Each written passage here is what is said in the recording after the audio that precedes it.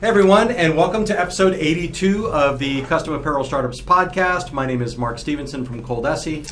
And this is Mark Vila from Coleman & Company, and today we're here to talk about children and lessons that they can teach us. So lessons your kids can teach you about owning a business. Yes, although now that the podcast is 82, Yes, okay. I don't think we should be discussing having new children.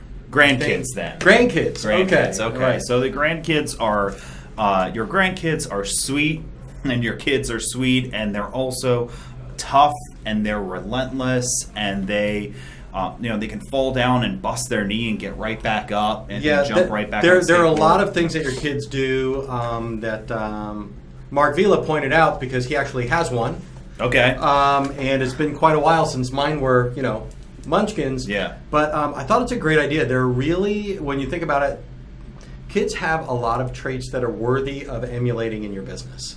And I think they've got some approaches to life and what they do every day that we lose over time. Yeah, you get, let's just be frank about it, you get jaded as you grow up, right? Yeah. You've been dumped and fired, and you've failed 20 times, and you failed a test, and you failed a class. Or things have been great. Well, I mean, just generally speaking, though, we've all had negative experiences and failures, and then these turns into resistance to change and fear and anxiety and all of these things that we reflect into our businesses sometimes. I agree, and that's why I think that we should jump right in. All right. Okay. So we've made a short list here. Yes. And let's start with the first one on here, and we put they're relentless. Yeah. Children are relentless. They don't give up. When they see something they want, or there's something that they want to do, they really do just kind of dig their heels in.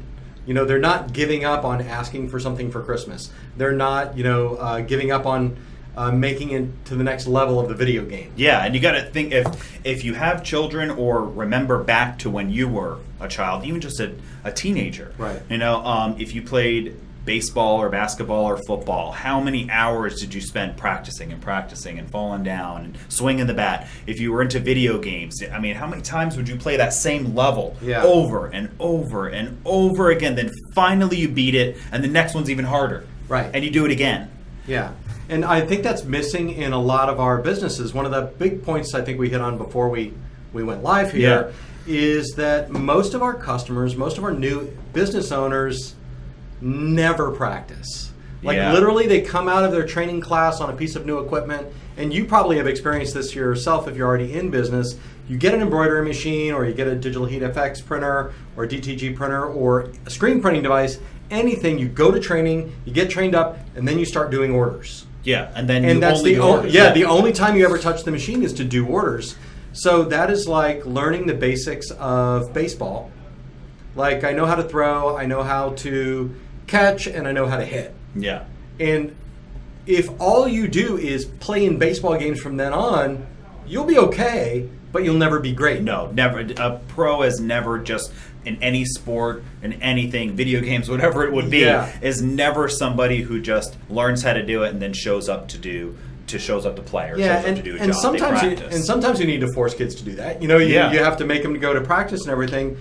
Sometimes they do it themselves, but whoever motivates it, kids spend a lot of time learning and practicing what they've learned. So what we're saying here is that you should do your letters too. Yeah. Get those big pages with the extra spaces and practice your lowercase letters. Yes. On vinyl or whatever your skill set is. Yeah, give yourself homework. I mean, be relentless about it. Don't give up. And the thing is you're going to, happens all too often, is somebody just starts doing whatever, like you said, whatever it is, doesn't matter. Vinyl or embroidery or direct-to-garment printing transfers, it doesn't matter what you're doing. Somebody is going to call in today extremely frustrated because they messed up and it's like their third try. Right. And they're ready to give up. Right. I mean, that will happen just frequently. And you got to be like that child, that inner child that you have, where it's like you messed up and you do it again, and skateboarding kids. I mean, I see some kids skateboard in my neighborhood, and they're always trying to jump these curbs and miss these spots. I see them doing it every day. Yeah. And the kid wiping out constantly. Yeah, these few little boys, they never get it. Right. But they're still still at it. And every once in a while they could do something cool. And then I rewind memories back to a year ago, and they couldn't do anything. And now the things that they're doing that are simply now just like going straight fast ahead is easy. Yeah, you really have to set aside time for this. Whether it's practicing your technique in actually decorating apparel or using the equipment, whether it's practicing your social media skills, or practicing your sales skills or your phone skills. You've got to identify each area that you need to excel in, just like your kids do in school. You've got 6 or 7 or 8 periods in a day. They've got homework and they've got to practice each one. You guys do too, you just don't do it. Yeah, okay? And don't give up. Right. And that's the big thing, is don't give up whatever it is. If you're not great at sales, actually decorating, whatever it is, you don't give up on it. Be relentless and do it until you become a master. And then you are the one who succeeds. The people, that's it. I mean, that's the number one for me, and that's why I put it first, is because the folks who aren't relentless, that they're going to give up somewhere. It doesn't matter if it's making the shirt, if it's running the business, whatever it is, they're going to stop. Those kids that ended up not being relentless in their practice of skateboarding, ended up doing marketing. Yes, so, exactly. Just think of the possibilities. All right, number 2 is that kids are creatures of habit. What do you mean by that? They feel great in habits, and if anybody who's done any sort of studying on child psychology, teachers, whatever you are, it's consistent that they say your children have to be in a routine. Right. If you want them to behave well and you want them to excel, they wake up at this time. They brush their teeth in this way. They have this breakfast. They go to school at this time. Yeah, at 7 o'clock it's pajamas. At 7:45 it's brushing teeth. At 8 o'clock it's read a book. At 8:15 it's lights out. These things, and they thrive in these environments, and that's why teachers and schools are very regimented in that way. They start, the first thing we do is we stand up and do the pledge, and then the next thing we do is we do this little exercise, and then we read this, and they do it, and children just thrive in this environment. Adults do too. Yeah, it's funny. I love the example that you put down here, and it's try to get them to use a different sippy cup. Oh yeah, than what they're used to, or worse yet, don't be able to find their the stuffed toy that they like to sleep with. Or try to skip reading a story right before bed. Try to skip a couple pages. No, we were talking about that. My daughters would both know. They're starting to doze off, and you're reading in the same book for the 500th time. So you go from like page 2, they're about to fall asleep. You skip ahead to page 10. All of a sudden, they're awake. Yeah, right. You've reset the clock. Yeah, absolutely. And we need to do that. So how do we do that as business owners? When equipment maintenance might be one. I think that's that's just like the perfect example. Is what do you do in the morning? You come in, you turn on the machines in these order. You oil this, you clean this, you wipe that, you set this, you do all of that. Then throughout your day, you might have like a midday maintenance type of a thing, and at the end of the day, you shut it down. Yes. The same thing with opening a store, right? Yeah. Like every morning you sweep, and then you wipe this down, and you clean the window, and you check your register. Yeah. You got to have this routine, and I, this is a combination of just having worked for some really big companies and working in retail, that we just had checklists. Right. And we had to do it every day. It was time to close the store. Here's the 14 things we have to do in order. Yeah. And that's how they run a big company, is making sure every store is doing it. And so few. There are a few small businesses that I've been into locally, apparel shops, that have posted things to do on the wall. Yeah. Or on the whiteboard. And it starts with machine maintenance. It ends with turning off the lights at the end of the night and setting the alarm. And I really think that this is a worthwhile thing for all of you to sit down and do, is figure out, what are the daily habits. First of all, the checklist of things that you physically have to do every day. And then maybe the habits that you think you should do to be successful every day. Make a checklist and go through them. Yeah. Because it could be that every day, you do these physical things to keep your business running, and then every day you spend 15 minutes reading about sales. Yeah. You spend 20 minutes reviewing competition in the marketplace. You spend 30 30 minutes on every Saturday morning in making sure that you didn't miss any emails. Whatever those habits are, that are going to serve you in your business, I think it's important to write those down. It's whatever it would be. It's doing the paperwork that's going to be required to do your taxes. Oh yeah. It's or just communicating with your accountant. Yeah. I'm going to communicate with my accountant. That needs to be once a week. So these habits are daily, weekly, monthly, annually, hourly, whatever they need to be. You got to figure out that zone and then build it into a habit. And that's the best way to succeed, is because if you don't build it into a habit and you don't turn it into that, then you will routinely skip things. It's really interesting because I've been working with a local small business lately, and we've worked out a promotional schedule for when they come out with a new product. Oh, okay. So here are the places that you post on social media. Here are the press releases that you send out and where they go. Here's how to update your product on the product page on your website. Here are all of these steps. And you go along and sales are good and they're increasing and everything, and all of a sudden there's a dip. Yeah. So you go back to the list and talking to the business owner, it's like, oh, I guess I didn't do those last week. There's the habit that you need to get into, is to do those things and have a way to check yourself. Yeah. So really, be the way that you either raise your children, or the way you remember to be raised. Or if you don't do either of those things and it's chaos, then here's some advice. You could start doing that with your kids or your family too. But it helps. And having really large businesses, yes, and really successful businesses typically have a series of routines that it might be, whether it's opening a retail store or things they do for marketing every week. Yep. Whatever it is, they're stuck on a schedule and a routine, and that makes sure that they're constantly doing it and they're always moving forward. Yeah. Hey, and we have talked about practice and being relentless. Mm-hmm. We just finished talking about being a creature of habit, mm-hmm. and I have not done my pitch yet for the episode.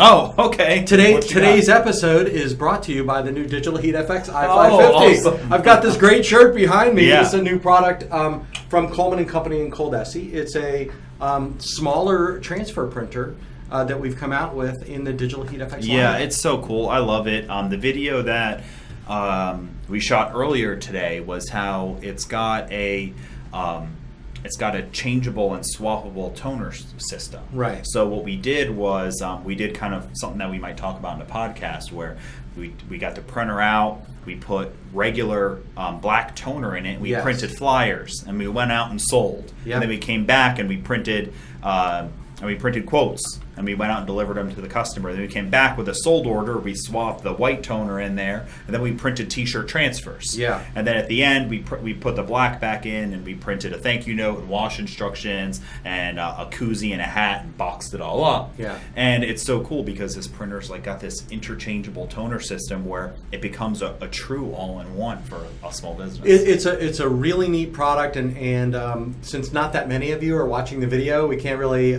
show it to you, but I'd really encourage you to go to digitalheatfx.com. Mm-hmm. That's all one website, and just look at the new choices on the front, because the original Digital Heat FX system is still the flagship, because it'll do 11 by 17 inch prints, and it's much more cost effective as far as supplies and papers. It's faster and it's right. more robust. But this is a great kind of lower budget product. That's yep. that's a good way to get started if you can't get the big yeah. one. So. And that's Digital Heat and then the letters FX.com. Right. So digitalheatfx.com. Yeah, I like that. So check it out. But so back to our list. Yeah, we had a little conversation about this. Yeah. So what I had written down was children resist change but adapt quickly.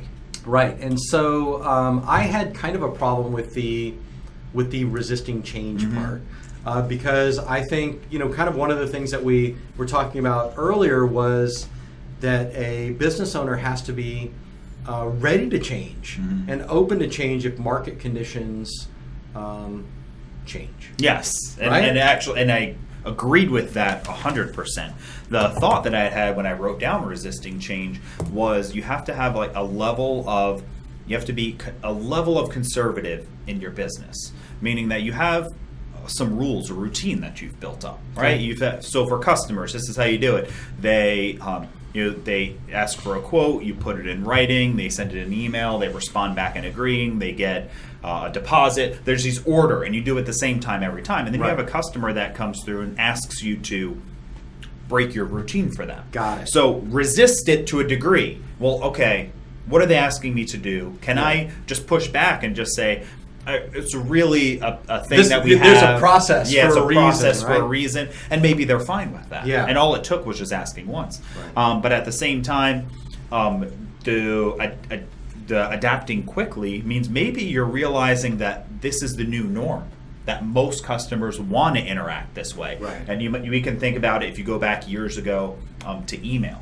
Yeah. If we use that as an example or social media, even newer, that maybe some customers might say, "Oh, can you just text me that?"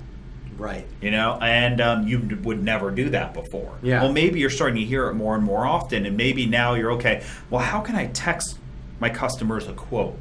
Yeah. Okay. Well, I can put it online and then share them the link or put it in like a Google Doc. You start adapting to the change, but at the same time being conservative about your methods. So it's not just willy-nilly changing at every drop of a dime. Create disorder. So another good example of that would be if I'm a DTG printer and I've got these 5 shirts that I recommend because I know they perform really well. Yeah. They're really popular, and you get a customer who wants to bring you a stack of 100 shirts they bought at Walmart. Which you don't know what the material is, you don't know how it's going to print or how it's going to wash. That might be a place to be conservative. Yeah. And say, really, I could try doing one of these for you, and you take it home and wash it and see if you like it. But otherwise, we have these shirts for this reason. That would be the conservative side. The adaptable side would be someone that starts happening all the time. Maybe you go to Walmart, identify that brand of shirt, and bring it in. Yeah. Okay. Yeah, no, that's great. And it's really just about, and children do this the same, and that's what they do. If you try to, what we talked about before, so they have a certain type of sippy cup they use, right? But now they're getting a little older, they've got teeth. You don't want them sucking on and biting on that sippy cup too much because you don't want them, damage their teeth or anything like that. So you try to transition them away from that to maybe just a straw cup. Well, they don't like that. They're going to resist it. However, they're going to adapt quickly. If you throw all those away and give them the sippy cups, that first night at dinner, they're going to be upset. The second night, they're going to be upset still, but they're kind of thirsty. The third night, it's their new favorite cup. Yeah, and it's the same thing for any big change. So, one example that we used when we were talking earlier is, we get a lot of people that are, screen printers, for example. Mm-hmm. When you try to introduce them to a new technology, they are completely resistant. They're not interested in talking about it. All they'll do is they'll see a video of a digital heat effect system or a direct-to-garment printer, and they will just say to themselves like a mantra over and over again, well, screen printing is better. I've done it this way for so long. All the big businesses do it this way. So what they're saying really is they're not interested in changing. They're not opening to adapting to the situation. They're just stuck in that space. Yeah, and you got to find that zone. When it's right between resisting change and adapting, and that's not a line that's easy to draw. Right. It's really different for every business, but you have to be, I think the first step is just being self-aware of it. Yeah. Being self-aware that when I'm resisting something, it's for a purpose. Right. And when I'm adapting to something new, it's for a purpose, and not doing it for principle. Do you want to be the kid who is brought into a new kindergarten and sits in a corner and cries for 2 days? Or do you want to be the kid that goes into a new kindergarten, finds a circle with an empty spot, sits down and starts playing? Yeah. So really I'd opt for option number 2. Yeah, and it's the same with everything. It's, resisting to have a Facebook page because you don't really like it or you don't want to be on there, which I understand all of these things, and they all have reasons, why, you're not into social media or why you don't prefer email or you don't want to text customers. There's all very good reasons, and sometimes it's technology that holds you back. There's a reason for resisting it. Yep. And other times, if you're resisting it just for a principle, that's not good. And the same thing for adapting. There's a new social media platform that just comes up, and you're immediately on it. And you're all over, and you're spending all this time there, and then it doesn't exist 6 months later. Right. So all those Vine videos that were created. That's a great example. But there's plenty of those. So it's just be thoughtful on those things. Yeah. So the next one is if they want something, they ask and ask and ask and ask and ask and ask, and try to go to Target or Walmart with a child, and you'll learn this. And we have to do the same thing too. They want a toy, or they want to stay up late, or they want candy, whatever it might be, and you've got to ask for business the same way. Yeah. So you go and you meet a small business owner, and you said, "Hey, can I make your hats and T-shirts?" Yeah. And they say, "No, I'm happy with who I use." Next time you run into him, ask him again. Yeah, maybe not pull on his shirt and cry or whine. Yeah, well, okay. But I mean, if it works, I'd test it. But I agree. I think one weakness that a lot of new business owners have is they're not in that habit of asking for business. And it's asking for somebody's name. It's asking for where they got that shirt embroidered. Mm-hmm. It's asking for where they buy their custom apparel. It's asking if they know anyone, that buys sports shirts, or asking if they know a pastor at a local church that might need, some mission shirts or something like that. This principle of asking, I think, is something that kids do really well, mm-hmm. and is one of the biggest things that's worth emulating. And they're typically not afraid to ask. And that kind of goes back to what I mentioned in the beginning. They're not as jaded to ask. They're not as scared to hear no, because they hear no all the time. I think I just keep I'm smiling now because I keep remembering kids asking, "Can I have it?" Yeah. And that was constantly the question is, a bright red car would pull up next to you, a Jeep or something like that. That's pretty. Can I have it? Yeah. No, you can't, but good ask, right? Yeah. And that's, somebody could have said yes. Yeah, do it with your business. So ask for that business. If you see somebody and he or she owns a small business, or they're in charge of the apparel, or they know somebody in the business who is, you ask it, and you don't have to be relentless. You don't have to be annoying. Yeah. You just say, "Hey, and remember, I make custom apparel, and I know you guys use some all the time. Keep me in mind, please." I mean, sometimes it could just be as light as that. You know what you could do is you could blame us. If you're shy or embarrassed, what you could say is, "You know what? I listened to these two business guys on the radio about marketing, and they told me that I have to ask you, can I have that business? Yeah. Can I have it? Do the same exact thing." And people will say no, and most people are polite about it. I mean, we've had this conversation 100 times about sales. Right. But you got to ask and ask and ask, and just keep asking. And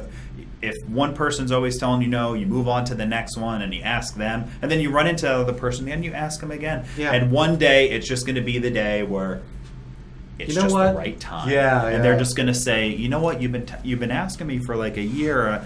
3 or 4 times you've asked me over the past year when I've run into you at these events, and you know what? I think I want to give you a shot." So I was a little bit worried about the next one. The more I thought about your next point, the more it had a Me Too movement kind of a vibe to it. So I want to make sure it's the kids know how to be cute, and you should too. Yeah. So depending on who you're talking to, that could be taken the wrong way. What do you mean? That's why I let you read it. Yeah. Okay. No, it's about Ray. Kids know how to, do the little pouty face and the smile and give you the nice eyes. Can I please have the lollipop? And they do this thing because they know that being endearing in a way works. Like that. That's a great. It works way to on humans. Period. Yes. It doesn't matter what it is. So what does that mean for you?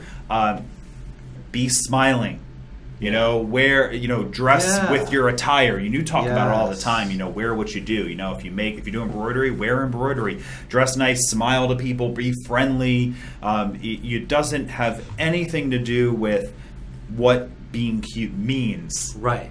It's just the fact that you're endearing and in whatever way that fits you or your brand. Think about everything that your kids do to get noticed. Yeah. And sometimes it's jumping up and down. Sometimes it's taking off their shoes and running around outside. They're doing all of these things specifically because they're the center of the universe, right? They're trying to get you or somebody else to notice them, and they'll do a bunch of different stuff to do that.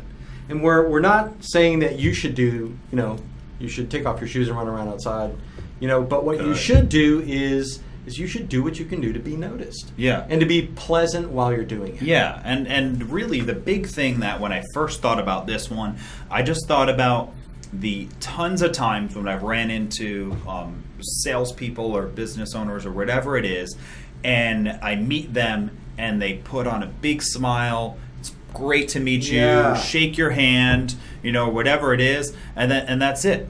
And then at that point in time, it's just like, okay, this seems like a pretty cool person. This seems like a nice person. And then they go into talking about, okay, well, I sell this. And you're like, oh, okay, that's interesting. And they continue to be endearing. Yeah. And this isn't just physical and in person. It's answering emails, and it's on the phone. So, ending an email with a nice regard. Hey, Gary, message, all the best.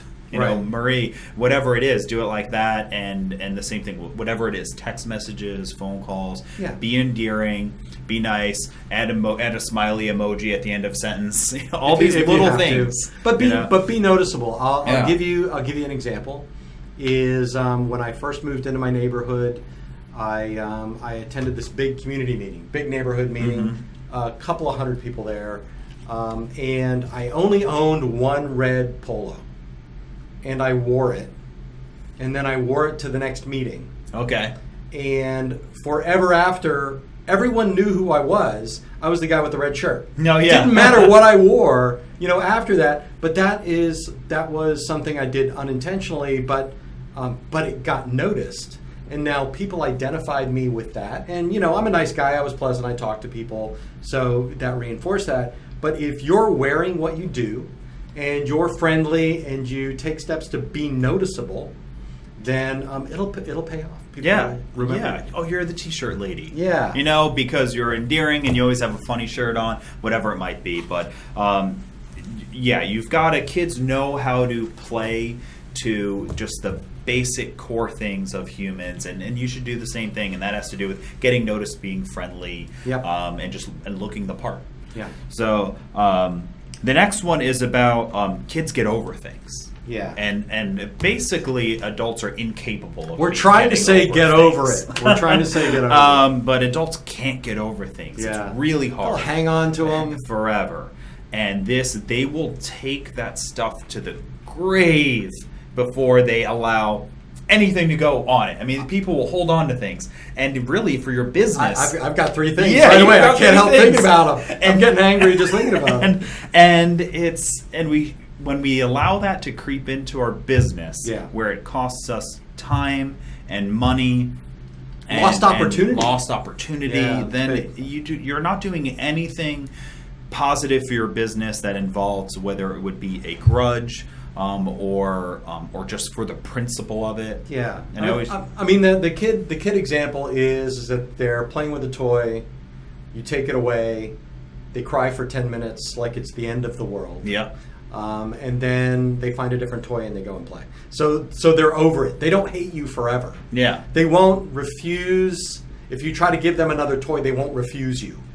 Right? Which is all things that a business owner will do. Yeah, you go to your cousin's house and you're playing around, your cousin pushes you and you fall, right? And you scrape your knee, and then you're really sad. 8 minutes later, they're playing with their cousin again, and then 2 weeks from now, you're like, hey, we're going to go over our cousin's house again. They can't wait. Yeah. The fact, they forgot about the push me over thing. Alternatively, if you have a piece of equipment, at some point you are going to have a problem. Yeah. Even if you buy equipment from us, you're going to have some kind of a problem. You are going to maintain it improperly. There's going to be a lightning strike. Your kid's going to spill something out of his sippy cup onto the motherboard of the machine. That would be something's going to happen. And in spite of your vendor's best response, you are not going to have a good experience. Maybe there was a lot of pressure and you did something in the machine and you couldn't finish an order. So it was a big deal. It cost you a lot personally. That doesn't mean that you should never do business with that vendor again. It doesn't mean that you should never use that piece of equipment again. And it doesn't mean that you should never show your face to that customer again. Right? You've got to have this ability to look at a situation, realize it happened, learn from it, wrap it up in a ball, set it on a shelf, and go make some money. Yeah, it's really just...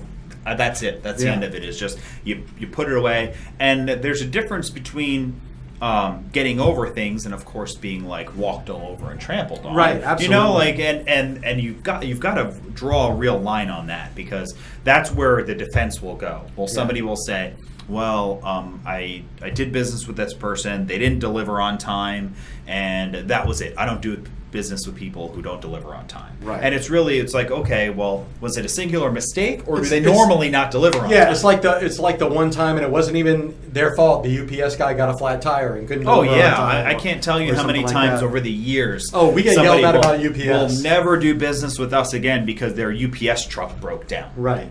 On the way to delivering their package, and then now, so what they do is they're so upset they have to take it out on somebody. Taking out on UPS is going to go nowhere, right? So they take it out on their rep. I'm never going to order from you again. Yeah. Now they're having to find a new vendor and match new colors and new inventory. Start the whole process until again. The UPS guy has another flat tire. Yeah, and so don't do this with your business on anything, whether it's your customers, especially your customers. Because for example, we get a lot of, and we talked about one of our pet peeves being those Autoresponse emails that we get, where it's, hey, thanks for emailing us, we'll get back to you very soon. Then there's the person's name, and then there's a 300-word essay about ways that they won't do business with you. Oh, yeah. Right? And that's because at some point they accepted a PO that came in late, or they they got a late payment, or they did business with a customer who decided not to give them a deposit. They took the order anyway, and they got stiffed. All of those things do happen, but that doesn't mean that that person isn't worthy of doing business with, because their version of the UPS truck may have gotten a flat tire. Yeah. So you shouldn't lose out on opportunities because you are holding on to something that happened in the past. And this is, so from a large standpoint, it makes a lot of sense. But it really makes sense, I think, even more from an hour-to-hour standpoint. Okay. So you're in business and you pick up the phone. It's somebody you were going to do business with, and they say, "I'm not going to do business with you. I'm doing business with somebody else. Sorry, I'm not going to place an order." And you talk to them. They're not going to change their mind for whatever the reason is. Doesn't even matter. Now, but you're upset. So you're hurt. You're bothered because you wasted a bunch of time with them. Yeah. You're frustrated because you really thought you got that sale. I mean, all of these things. And now you're really upset. You hang up the phone. You pick up the phone the next time it rings, and now you take it out on that person. Oh, yeah. And now this person was getting ready to give you money. Right. But not anymore. But now you're hanging. So now you're opening up with, well, you know what? I'm not going to go through the process of giving you a quote and go through all that rigmarole unless I know you're going to order. Yeah. So give me the order and then I'll send you a quote. Yeah, and it's so you can't hold on to things hour to hour. Yeah. And this is true. I mean, this turns from business to just in general. Yeah. If traffic was bad and somebody cut you off, don't let it affect the meeting you're going to go to. Yeah. That all of these things happen. Especially if it turns out to be with that person. I mean, what happens when when that customer that Mark talked about that canceled the order, said they're not going to go with you, calls back the next day and says, you know what, I've rethunk it. This company is failing me. Can you still take the business?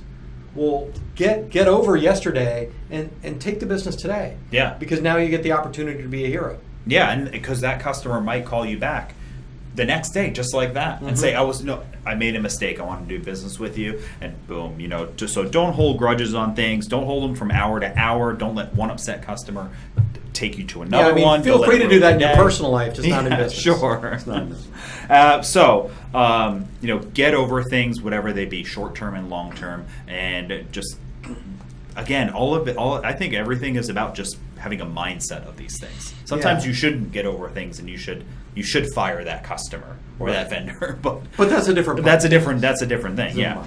So I like this one because almost a lot of what we've talked about up until now can be boiled down into this. Okay. What do you got? And that is kids make best friends in 5 minutes. Yeah. So you drop a kid in a room full of people, full of kids, full of dogs, full of trees. Doesn't matter what it is. They're going to find someone, something to do or to play with to make themselves happy for a certain period of time. Yeah. They make best friends very fast. You bring them to a park and they play for 20 minutes. You call them over, hey, come back. Hey, we're going to leave in about 15 minutes or so. Oh, great. Oh, that's my new best friend out there. Yeah. I'm going to go now, play. I do want to specify that we should have said this up front. We are not talking about teenagers at all. This is not. No. It's completely different.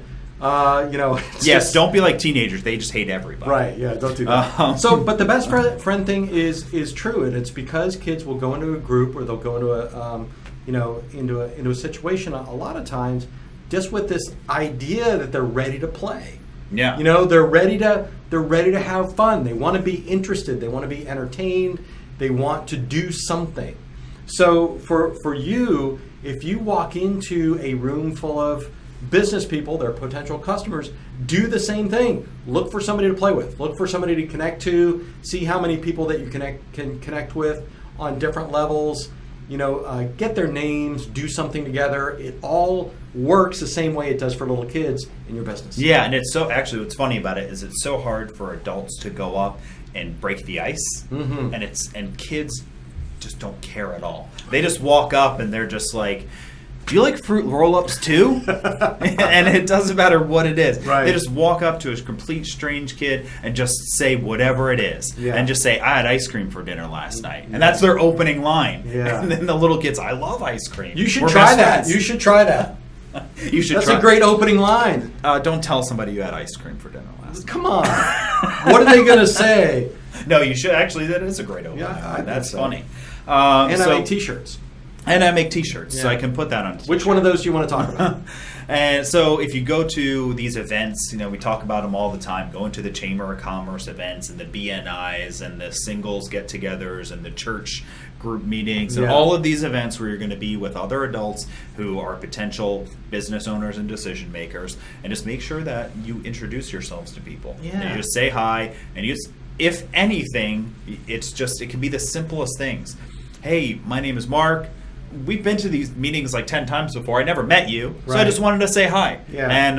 And 2 seconds about me. I make T-shirts and I love to eat ice cream for dinner. I love that.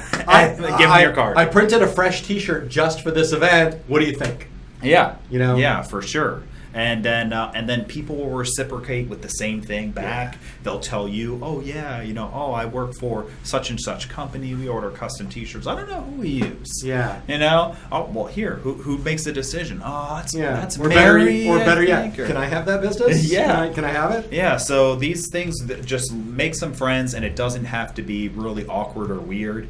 It's just, hey, I just came to this event for the first time. I don't know anybody. I just wanted to say hi and introduce myself so I could know one person here, and that'll be you. I love that. And you just say hi. I see you like water. I like water too. And that person might be unfriendly, and they might, oh, all right, well, okay, and then just walk away. All right. Then you go up to the next person. I met one person here. He wasn't really talkative, so I'm going to meet somebody else. Yeah, those people are mostly just really more nervous than you are that don't talk. Yeah. Because no one that goes to those places doesn't want to talk. They True. 100% they want to connect with people. It's a little off base, but if you treat everyone like you are, that they're your friend or you would like them to be your friend, and that goes not just when you're prospecting for business, but also with your current customers, with your neighbors. If you are as friendly and outgoing as possible, you will meet more people. You'll have more conversations, and that will just lead to more business. Yeah. It's just the way it works. Yeah, and you could do little exercises if you're going to go to an event like that where you have to meet some new friends. And really, you're just trying to get business. That's why you're going ultimately, right? Is to network and get business. Is have a few things that you plan to say ahead of time. I was hoping you weren't going to say like push-ups. No, just so you could do push-ups in the middle of an event. You'll get it noticed. You will. But really, you just maybe a few open-ended questions. What do you do? Yeah. How long have you been in business? How'd you get started in your business? Ask some people. Have you ever gotten any good leads or good sales from an event like this? Yeah, that's a good one too. That's a great thought. Because I haven't yet, and I'm interested in your business. Yeah, that's. You've got some good ones. All right, I like it. I like Make Best Friends. It's one of my favorites, I think, on the list today. But I also like that kids are extremely curious, and this is kind of our last one of the last ways that we thought of or you thought of, for us to talk about with, how you can emulate little kids or what you can do to get all the advantages of being a little kid and apply it to your business. This one is one of my favorites because I think being extremely curious is almost part of all of these other things. Okay. The curiosity in kids, leads them to be relentless about things. The curiosity in kids leads them to go meet new people and find out. I just wanted to know if that kid liked ice cream. Yeah. I mean, these are things kids think and right, say. Yeah. They're asking to do something because I really want to know what that candy tastes like. Yeah. Can I please get one? So they ask and ask and ask. And I think that's why I think it's an all-encompassing one. It's good. And when you're with your business and you're thinking about it, you got to be curious about whatever is coming up next. Don't let things pass you by. Oh yeah. And also, you can apply that curiosity principle. It's a good way to approach your existing customers and the people at those networking meetings and the businesses that you go and visit, is to be curious about the business and those people personally. Mm-hmm. Because if you are, then you're asking all the right questions, because people love to talk about themselves. So you be the version of the little kid that says, walks up to somebody else and says, "Why do you have red hair?" Yeah. You know what I mean? So be like that when you go to the meetings, when you talk to your customers. I want a price on 12 black hoodies with my company logo. Why do you want a price on 12 black hoodies with your company logo? What are you doing?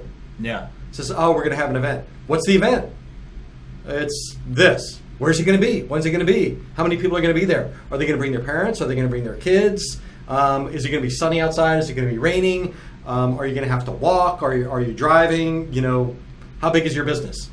So all of these, if you approach this with maximum curiosity, I really think there's a kernel of genius in there to be successful. Yeah, and I think that's great, and I loved everything that you said there throughout like a sales cycle. Yeah. Don't rapid fire it like that.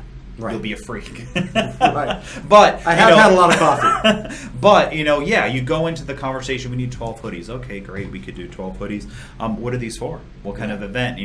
And then and then if you get some pushback, on that, then let them know why you're asking. Let them know why you're curious. So, okay, what are they for? And then, we just get them. Oh, okay. The reason I ask is because we've got so many different things and types of hoodies. I'm curious if it's legitimately to keep warm, or if it's just because in your office everyone wears hoodies and rolls the sleeves up and wears tank tops underneath because it looks cool. Yeah. And then it's like, because I've got a really good hoodie for that. I like that. Versus I've got a good hoodie for being warm, and I've got another one that's good if it might be raining outside. Yeah, so I mean, it's great because you're learning the maximum amount that you can from potential customers, so you can kind of fill in their order. You become the expert. You make sure they get the right product, and we've done tons of podcasts on that.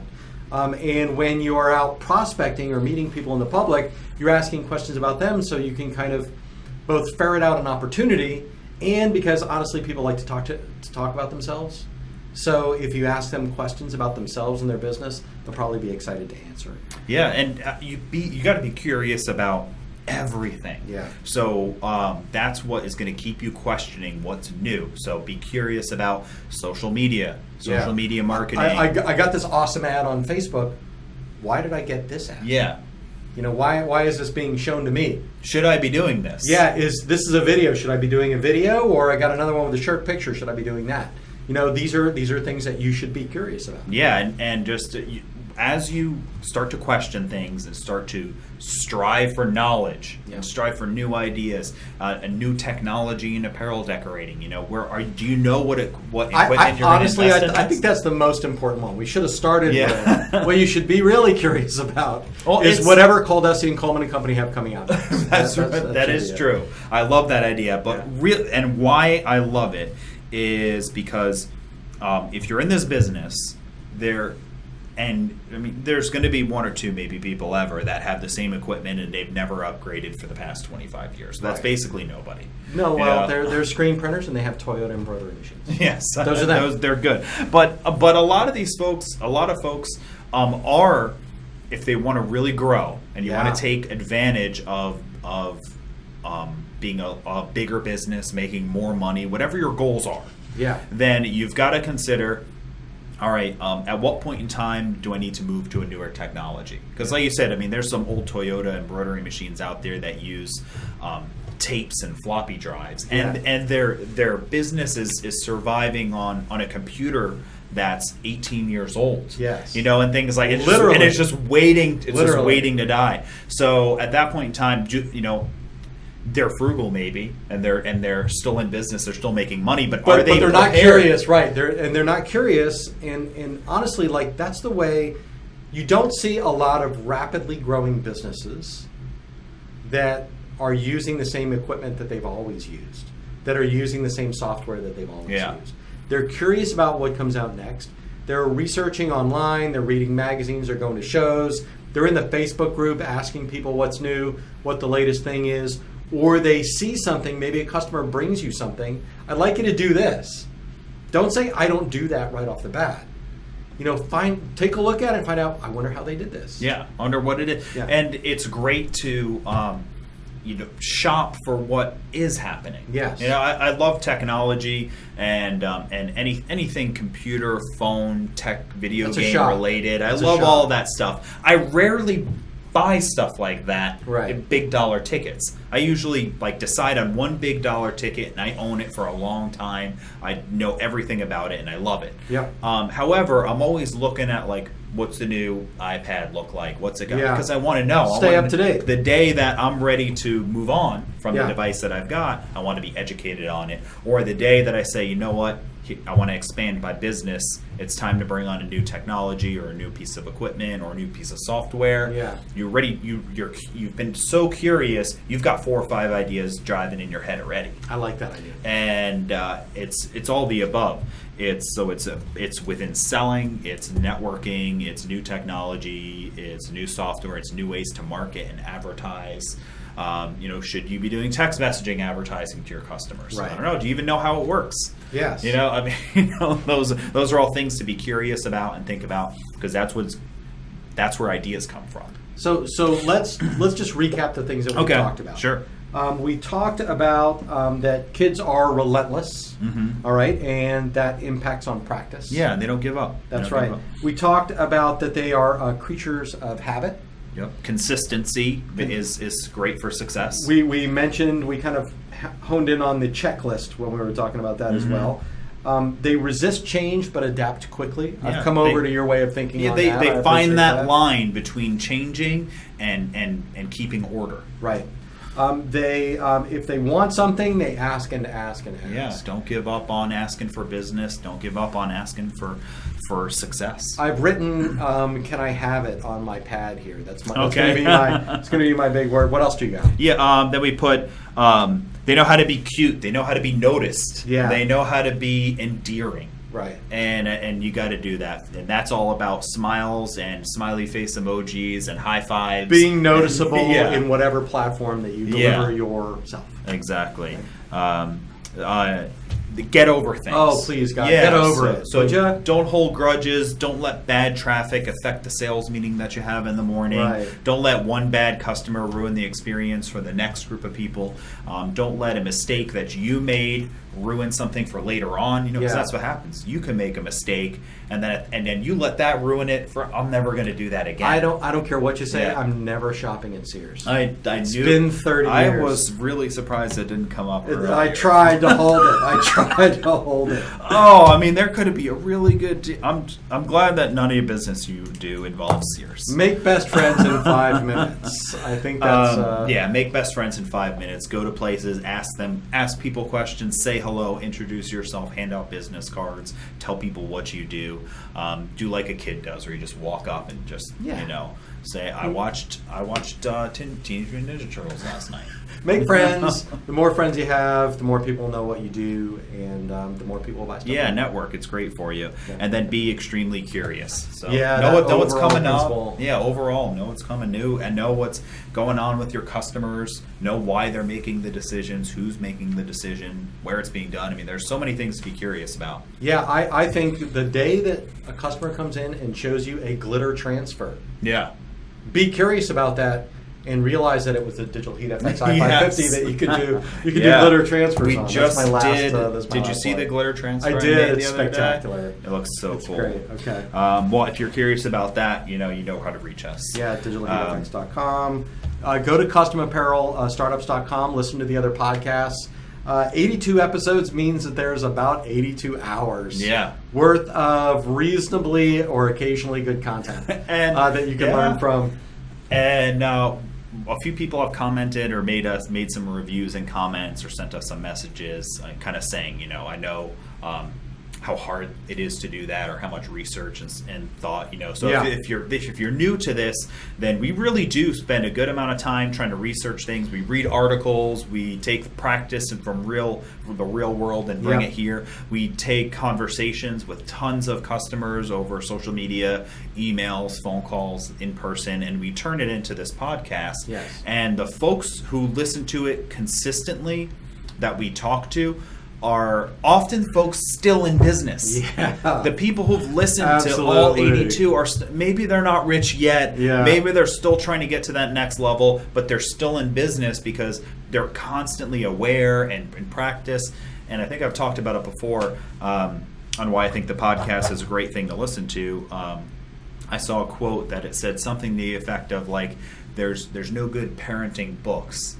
If you buy parenting books, you're automatically going to be a better parent. And that's like, if you're listening to these podcasts and you're watching our videos and you're reading the blog posts on Coldesi and Coleman and Company, then you are setting yourself up to be a better business person. Yeah. Even if there's only a handful of things you really take into practice. It's the habit. I've got it written down. Yeah, it's a habit. So last thing, and then we'll sign off, and that is Mark Vila is typically sitting in our Dale Mabry campus. Okay.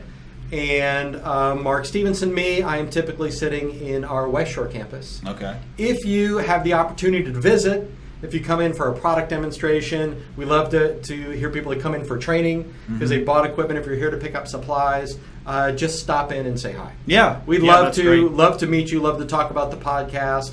And, if you can think of ways that we might be able to help your business, just let us know. Yeah, and for sure, we talked about before that if folks have questions or want us to, if they're going to do their first email marketing and want to email it to us, just ask what we think, or they make a website, send it to us. We're happy to help with little tips and tricks and critiques, and you take it for what it's worth to you. Yeah, I like it. Okay, this has been Mark Stevenson from Coldesi. And Mark from Coleman and Company. You guys have a great business.